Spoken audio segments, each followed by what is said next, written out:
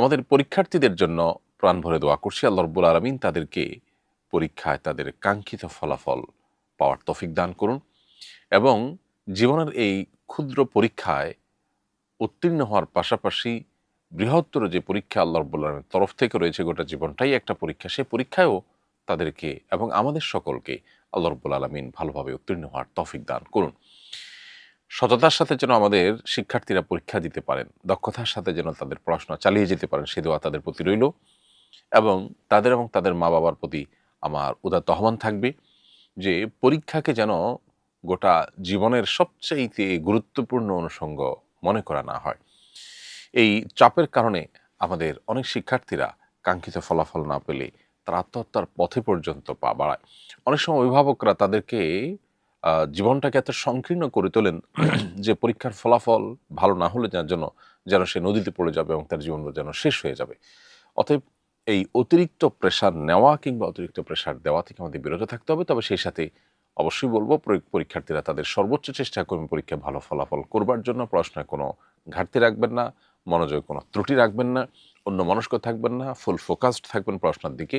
ইনশাআল্লাহ আল্লাহ রাব্বুল আলামিন জীবনে বারাকা দান করবেন। কেউ যদি ভালো করে চেষ্টা করেন, আল্লাহ তাআলা তাকে সে অনুযায়ী ফল ফসল দিয়ে থাকেন। কখনো কাঙ্ক্ষিত ফল ফসল যদি আমরা নাও পাই, আল্লাহ রাব্বুল আলামিন এর বিপরীতে আমার জন্য কল্যাণকর কিছু দেবেন, যেটার জন্য হয়তো আমি প্রস্তুত ছিলাম না। তো এই জন্য আমাদের পরীক্ষার্থী এবং অভিভাবক এবং সেই সাথে যারা পরীক্ষা গ্রহণ করছেন তাদের সবাইকে সম্মিলিতভাবে দায়িত্বশীলতার পরিচয় দিতে হবে এবং সবাই যার যার জায়গা থেকে আল্লাহকে ভয় করে চলতে হবে। আবারও দোয়া করি আল্লাহ রাব্বুল আলামিন এইচএসসি এবং আইএলএম পরীক্ষার্থী যারা পরীক্ষা দিচ্ছেন এবছর তাদেরকে আল্লাহ রাব্বুল আলামিন এই পরীক্ষা উত্তীর্ণ করুন। জীবনের পরীক্ষায়ও তাদেরকে আল্লাহ তাআলা উত্তীর্ণ করুন। সততার সাথে পরীক্ষা দিতে পারাটাও একটা পরীক্ষার ব্যাপার, সেই পরীক্ষায়ও তাদেরকে আল্লাহ তাআলা উত্তীর্ণ করুন। আমি এবারে এইচএসসি পরীক্ষার্থী, পরীক্ষায় ভালো ফলাফল করার জন্য কোনো দোয়া বা আমল থাকলে জানাবেন। পরীক্ষায় ভালো ফল করার জন্য খুব ভালো করে পরিশ্রম করতে হবে, পরিপূর্ণ মনোযোগ দিতে হবে। আমাদেরকে আল্লাহ রাব্বুল আলামিন সালাতে খুশু ধরে রেখে সালাত আদায় করতে নির্দেশ করেছেন। অন্যান্য কাজেও মুসলিম যেন ফোকাসড থাকে এবং তার মনোযোগ যেন তার সংশ্লিষ্ট কাজের দিকে নিবিষ্ট থাকে, সেজন্য ইসলাম নানাভাবে আমাদেরকে কিন্তু উদ্বুদ্ধ করেছে।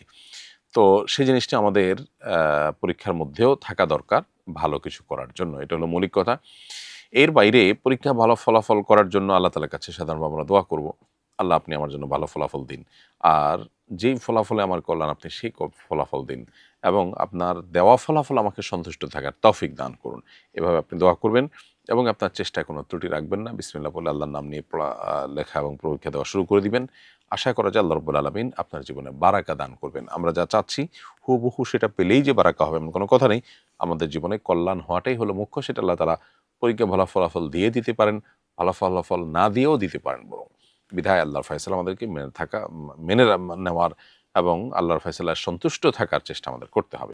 এবারে চট্টগ্রামের বন্যায় আসন্ন ফাউন্ডেশন মানবিক কার্যক্রমে সামান্য হলেও শরিক হওয়ার সুযোগ হয়েছে আলহামদুলিল্লাহ। জানতে চাই দুর্যোগে ফাউন্ডেশন কী উদ্যোগ গ্রহণ করেছে এবং বর্তমানে কী কার্যক্রম চলমান রয়েছে। ধন্যবাদ প্রিয় দর্শক। ইতিপূর্বে আমরা লাইভের শুরুতেই কিন্তু বলেছি যে আলহামদুলিল্লাহ ২৬-এর বন্যায় সবচেয়ে বেশি ক্ষতিগ্রস্ত হয়েছে চট্টগ্রামের যে সমস্ত উপজেলাগুলো। আমরা এরকম ৮টি উপজেলায় ১০,০০০ পরিবারের মধ্যে ১৪৩ টন মেট্রিক টন খাবার, ১৪৩ মেট্রিক টন খাবার, খাদ্য সামগ্রী, ত্রাণ সামগ্রী আমরা বিতরণ করেছি এবং এটা ইতোমধ্যে সুসম্পন্ন হয়েছে।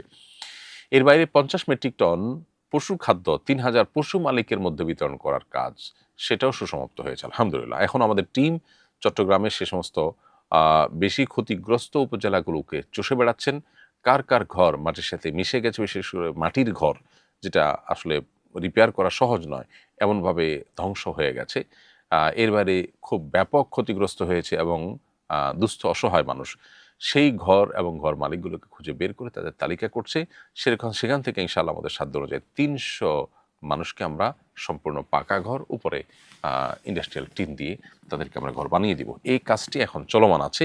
আমাদের পুরো কাজে যারা যেভাবে সহযোগিতা করেছেন এবং উৎসাহ দিয়েছেন, অনুপ্রেরণা দিয়েছেন, তাদের সকলের প্রতি আমরা অন্তরন্তস্থল থেকে কৃতজ্ঞতা জ্ঞাপন করছি।